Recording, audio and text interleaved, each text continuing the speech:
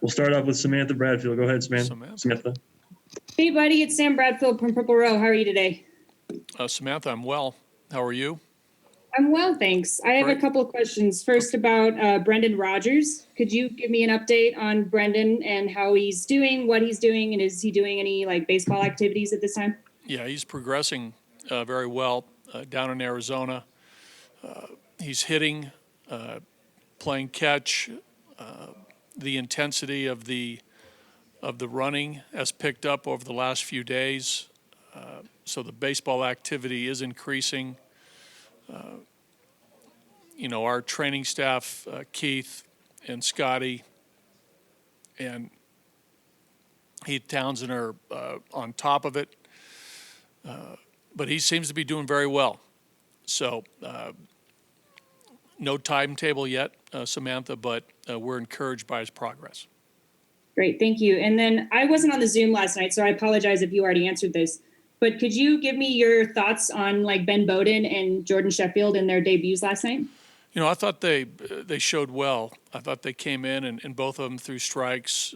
You could tell that they were on the attack in the strike zone. I thought both guys' stuff was, their best stuff as far as, their pitch mix.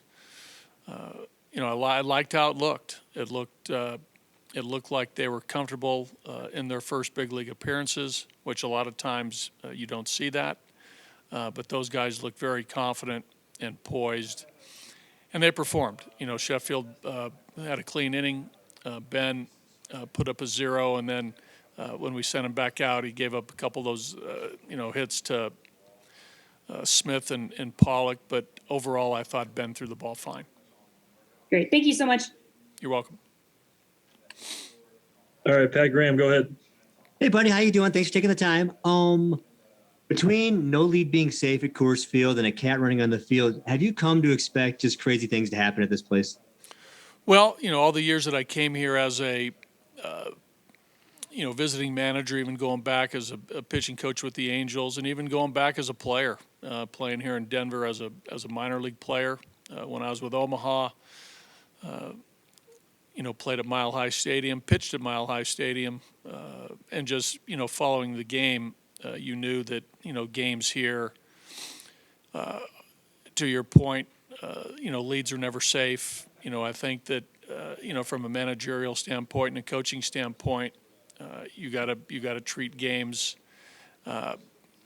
as they've been played out historically here, where you got to stay on top of what's happening with your pitching. You have to stay on top of, what's happening, use of your bench, because the game, to your point, is a lot of times it's not over till it's over. So, I've come to expect that even before I came here as the manager.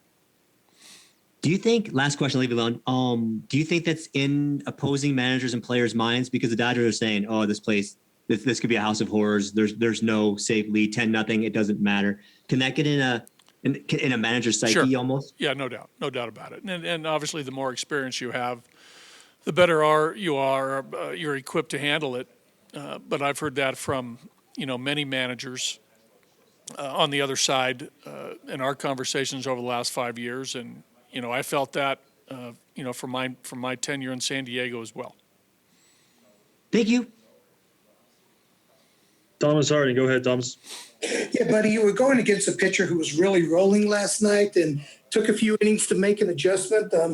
As you guys, have you guys discussed, or should I say, what are you guys doing to make quicker adjustments?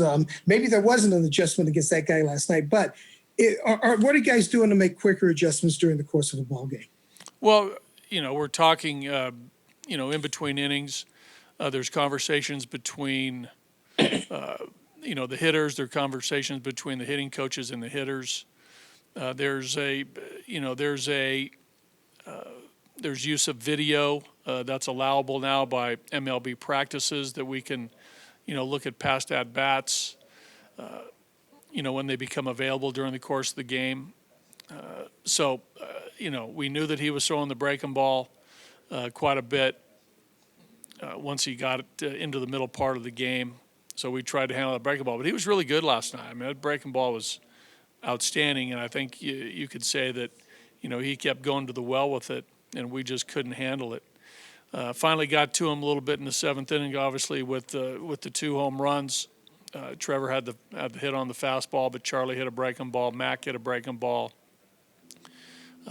We laid off a couple breaking balls, and a couple other guys swung at some breaking balls outside the zone. So, again, I think the adjustments are coming in game, Thomas, via conversation. They're coming in game versus video. We're watching how he's attacking players. So that's how the adjustments are.